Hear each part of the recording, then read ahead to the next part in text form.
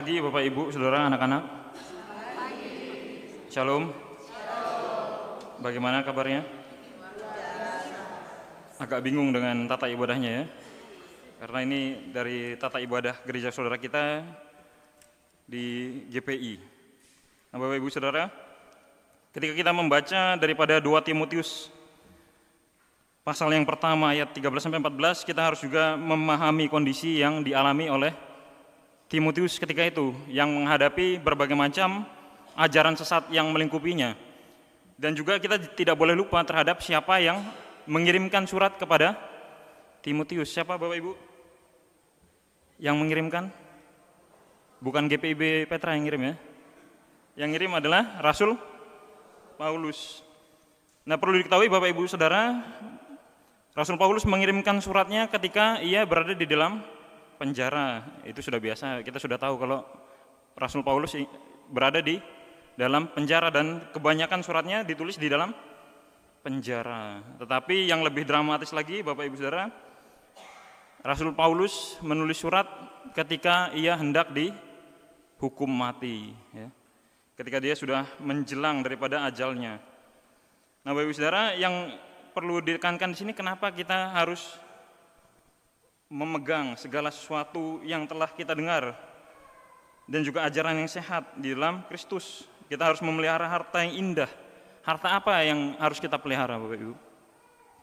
Ini juga terkait dengan hari ulang tahun gereja. Gereja apa tadi Bapak Ibu Saudara? Protestan di Indonesia. Kenapa kita menyebut diri sebagai gereja Protestan? Mayoritas di Indonesia tidak ada yang menyebut Protestan ya, adanya gereja Kristen, gereja apa gitu ya. Tetapi nggak banyak gereja yang ada P-nya itu ya, GP ya, gereja Protestan. Coba nanti kita bisa cari ya, juga nggak banyak gereja yang menyebut diri sebagai Protestan. Macam-macam, tapi Protestan ini jarang disebut. Kenapa ini perlu menjadi sebutan di dalam gereja kita Bapak Ibu Saudara? Supaya kita senantiasa ingat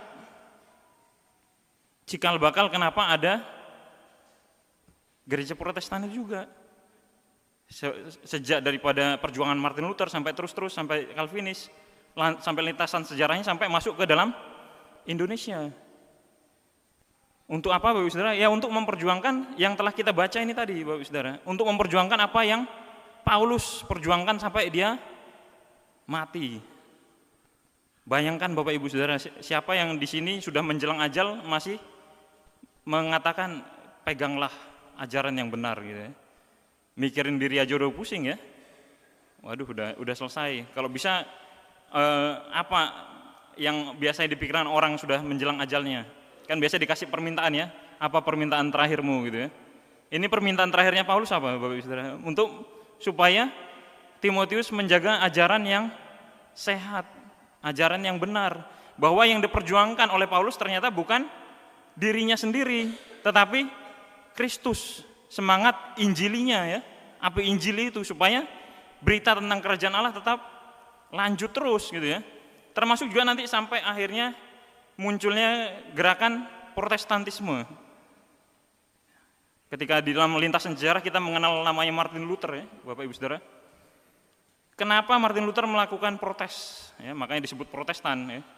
Kenapa dia melakukan protes? Karena dia melihat ketika itu praktik gereja sudah tidak benar, sudah melenceng daripada semangat Injil.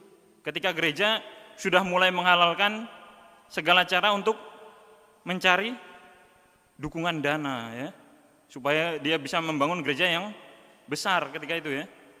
Akhirnya diciptakanlah ajaran, nanti kalau orang meninggal, kalau kamu ngasih persembahan nanti jiwanya lebih apa? Lebih segar lagi. Ibaratnya kalau orang di neraka ya, Bapak Ibu kasih persembahan 50 juta, nanti itu disiram dikit ininya apa? Rohnya ya di dalam neraka itu. Nah, itu kan ajaran sudah keliru ya Bapak Ibu Saudara, sudah mempermainkan Injil itu sendiri. Sudah lari daripada semangat Injil yang benar, bahwa yang terutama penting bagi kita sebagai orang Protestan, sebagai orang Kristen terutama ya. Jadi jangan dipisahkan Protestan dengan Kristen itu tadi Bapak Ibu Saudara, bahwa walaupun kita menyebut diri kita Protestan, kita tidak pernah lupa bahwa kita adalah seorang Kristen. Protestan ini adalah bagaimana kita selalu harus mengingat apakah sampai sekarang ini gereja kita masih dalam ajaran yang benar atau sudah mulai melenceng. Apalagi di zaman sekarang Bapak Ibu Saudara, ketika yang namanya kebenaran sudah abu-abu, sudah kabur ya Bapak Ibu Saudara ya. Tidak jarang di dalam gereja juga praktik-praktik ritual ibadah gereja, dalam setiap kehidupan gereja kadang-kadang melenceng. Karena kita sudah bingung yang mana ya yang harus dipegang gitu ya. Yang mana yang harus kita lakukan. Tetapi semangat Protestan ini harus menjadi senantiasa prinsip di dalam kehidupan kita. Ketika itu ada istilah Bapak Ibu Saudara, Ecclesia Reformata Semper Reformanda. Gereja reformasi adalah gereja yang senantiasa mereformasi dirinya sendiri, terus-terusan mereformasi. Berarti kita harus senantiasa bertanya, apakah di dalam gereja kita ini kehidupannya, keimanan kita sudah masih dalam track yang lurus atau tidak? Ataukah sudah lari-lari? Ini yang harus menjadi semangat daripada Protestantisme yang ada di dalam jiwa kita sebagai orang-orang Kristen. Apakah saya masih melakukan apa yang dikehendaki Allah di dalam diri kita? Apakah saya sudah melakukan apa yang benar di mata Tuhan? Jadi bukan sekedar mengelompokkan diri. Sebutan gereja Protestan bukan supaya kita, wah saya berbeda, mohon maaf sama gereja yang lain gitu ya. Bukan ya. Tetapi itu adalah suatu cermin supaya kita senantiasa melihat ajaran kita sudah sejauh mana, masih lurus atau tidak. Iman kita sudah sejauh mana, masih lurus atau tidak. Bapak Ibu Saudara, di minggu yang akan mendatang kita juga khususnya untuk besok ya, mulai besok kita membaca tentang Mazmur 73. Di situ tentang Asaf yang mempertanyakan imannya ketika ia melihat ternyata orang-orang fasik itu hidupnya lebih beruntung daripada orang-orang yang beriman. Sama juga dengan Paulus ini. Paulus kalau kita melihat sebagai orang yang hidup zaman sekarang dengan berbagai problema keuangan kita, ekonomi kita, keberuntungan kita, jabatan karir kita di wilayah pekerjaan, apakah Paulus menjadi sosok ideal yang kita harapkan di dalam diri kita? Ataukah kita malah melihat orang-orang yang menghalalkan segala cara supaya mereka mendapatkan posisi dan kekayaan yang bagus? Tapi tadi ingat ya Bapak Ibu Saudara, ternyata Paulus tidak mengutamakan egoismenya. Bapak Ibu Saudara ingat tadi, kalau kita berada di posisi Paulus yang hampir dihukum mati, pasti kan ditawari ke permintaan terakhirnya apa? Apa yang menjadi permintaan terakhir kita Bapak Ibu Saudara? Ini juga yang harus kita pertanyakan di dalam sanubari kita. Kalau saya berakhir, kalau saya tidak mendapatkan keuntungan daripada hidup di dalam Kristus, keuntungan material, keuntungan yang selama ini menjadi standar dunia. Kalau anak-anak muda menyebutnya standar TikTok gitu ya. Jadi kalau ya yang misalnya cari pasangan, yang penting nggak usah neko-neko, yang penting cukup gitu ya. Cukup satu mobil mewah gitu ya. Cukup satu rumah mewah. Tetapi di sini Bapak Saudara tidak ada bayangan seperti itu. Menjadi orang Kristen nggak pernah dibayangi untuk menjadi orang-orang yang sukses dengan pola pikir yang seperti itu. Tetapi menjadi seorang Kristen adalah ketika ini yang dicontohkan oleh Paulus juga terhadap Timotius, yang walaupun di dalam kelemahannya, mungkin kita bisa juga membayangkan ternyata harusnya yang lebih lemah adalah Paulus. Kalau memang dikatakan Timotius orangnya penyakitan, Timotius pencernaannya terganggu, Paulus pun juga punya sakit yang disebutkan dia seperti duri dalam dagingnya. Bahkan lebih lagi, kalau Timotius berada di luar penjara, Paulus ada di dalam penjara. Tetapi apa yang dicontohkan daripada hubungan mereka, Bapak Ibu Saudara? Ternyata Paulus lebih memikirkan Timotius daripada dirinya sendiri, supaya menguatkan dia. Ini juga menjadi cerminan bagi semangat Injili di dalam kehidupan kita. Sejauh mana kita bisa berelasi tanpa melihat untung rugi. Sebagaimana Paulus dan juga Timotius memandang hubungan di dalam keimanan mereka, di dalam gereja kita juga. Bagaimana kita melihat hubungan yang ada di antara warga jemaat kita. Wah, dia orang kaya, saya deket-deket bilang gitu ya. Supaya lumayan tuh tiap hari ditraktir makan gitu ya. Atau misalnya ada orang-orang yang datang bersama kita karena dia susah, dia merenung aja, bahkan diam aja, kita ngapain, nggak ada untungnya gitu ya. Malah kadang-kadang ada juga perspektif yang mengatakan jangan deket-deket nanti ketularan gitu ya. Nah, inilah yang harus juga menjadi pertanyaan di dalam keimanan kita. Kalau di dalam gereja saja kita sudah mulai menjaga jarak terhadap orang-orang yang membutuhkan pertolongan kita, malah kita yang menyerap daripada orang-orang yang kita butuhkan. Apakah kita sudah mencerminkan semangat Injili sebagaimana yang dihidupi oleh Paulus dan Timotius? Kalau kita memandang kepentingan diri kita sendiri lebih daripada kepentingan orang lain, apakah kita sudah mencerminkan Kristus yang lebih mengutamakan kita dibandingkan dirinya sendiri, yang lebih menghargai, yang lebih melihat bahwa keselamatan kita lebih penting daripada dirinya sendiri yang harus terluka di atas kayu salib? Inilah yang harus menjadi api yang harus menyala terus di dalam kehidupan kita sebagai seorang Kristen. Bagaimana sebagai seorang Kristen, banyak sekarang juga orang-orang Kristen ketika orang tuanya meninggal, apa yang mereka lakukan, Bapak Ibu Saudara, anak-anaknya? Merebutkan harta warisan. Padahal yang ditinggalkan orang tua bukan harta warisan yang terutama, Bapak Ibu Saudara, yaitu persaudaraan yang kuat di antara sesama anak gitu. Apakah ini sudah mencerminkan daripada semangat Injili yang sudah dibawa oleh Paulus dan Timotius, bahkan sampai kita sekarang, sampai di tahun 2026 ini.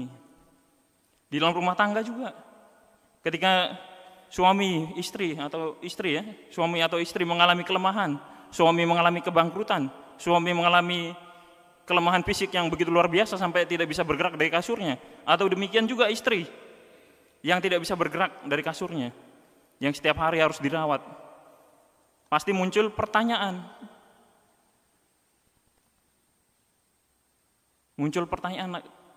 Untuk apa saya di sini gitu ya? Sekarang juga banyak godaan yang menggoda kita untuk runtuh daripada semangat Injil yang menyatu, yang penuh dengan persekutuan, penuh dengan relasi yang baik.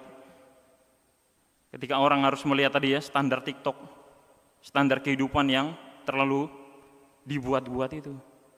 Inilah yang menjadi harus titik balik di dalam kehidupan kita, supaya kita melihat bahwa kehidupan itu bukan yang terutama adalah kemenangan, kemewahan. Besok Bapak Ibu Saudara, mari kita membaca dari Mazmur 73. Besok itu kita akan melihat kesaksian hidup Asaf ya. Kesaksian yang benar-benar digumulkan di dalam kehidupannya. Mungkin nanti kita akan menggumulinya juga, bahwa ternyata di tengah-tengah segala problema yang kita seringnya membayangkan kalau kita hidup di dalam Allah pasti enak, pasti nyaman, ternyata buktinya itu semua digugurkan daripada diri Asaf ya.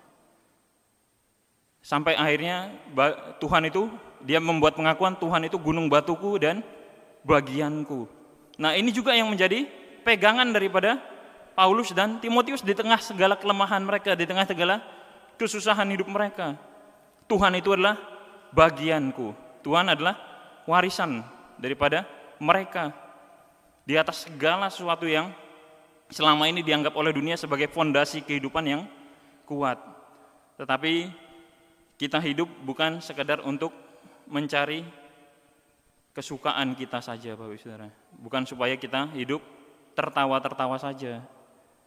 Di dalam kehidupan zaman sekarang, kehidupan itu cenderung mendorong kita untuk mencari tertawa. Makanya kita kalau menyekrol TikTok ya, nggak cocok langsung cepat. Ya, kalau yang dibikin ketawa baru berhenti ya. Tapi di sini saya nggak bisa di-scroll ya Bapak Ibu Saudara ya. Jadi Bapak Ibu Saudara sudah mulai pengen nyekrol-nyekrol nggak bisa gitu ya. Karena Bapak Ibu Saudara, Bapak Ibu perlu mendengarkan firman kebenaran yang harus benar-benar mengoreksi hati kita sama-sama. Supaya kita jangan terjebak sama segala sesuatu yang kita suka saja. Kita di dalam kehidupan kita ini harus memperjuangkan apa yang Tuhan suka di dalam kehidupan kita. Juga bagaimana kita bisa menghadirkan harmoni di dalam kehidupan kita bersama-sama di tengah-tengah jemaat ini. Oleh karena itu Bapak Saudara, firman di pagi hari ini menyapa kita supaya kita tetap menjaga semangat kita, semangat keimanan kita, bahwa di dalam menjadi seorang Kristen tidak pernah senantiasa harus hidup dengan nyaman, harus hidup dengan enak. Tetapi bagaimana kita harus mencerminkan, bagaimana kita harus menjadi gambaran Kristus yang saling mempedulikan, yang menganggap orang lain lebih penting daripada diri sendiri. Sudahkah kita melakukan itu semua di dalam kehidupan kita? Sudahkah kita memperjuangkan bagaimana orang benar-benar bisa merasakan kehadiran Allah di dalam kehidupan kita masing-masing? Tuhan Yesus memberkati.